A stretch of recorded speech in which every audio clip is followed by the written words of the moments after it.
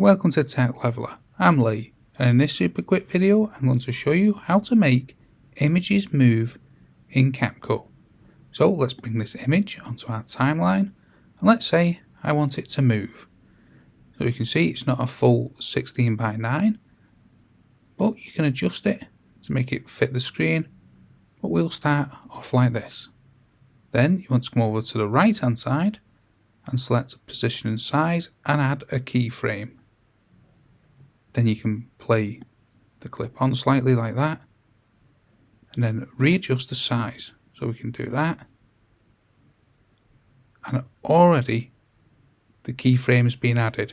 Then let's move it on again and let's go really big this time. Again, the keyframe's already been added. Bring it small, so we'll use the scale this time like that. Move it on. You can move it like this.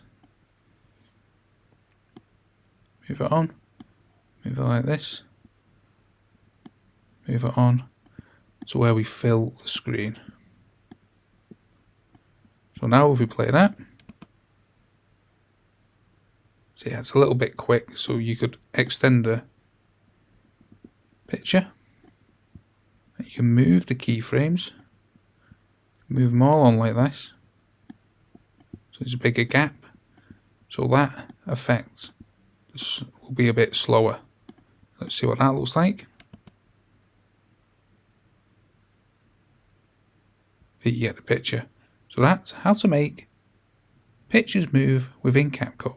Hope you found that video helpful. If you did, smash the like, smash the subscribe, and thank you for watching.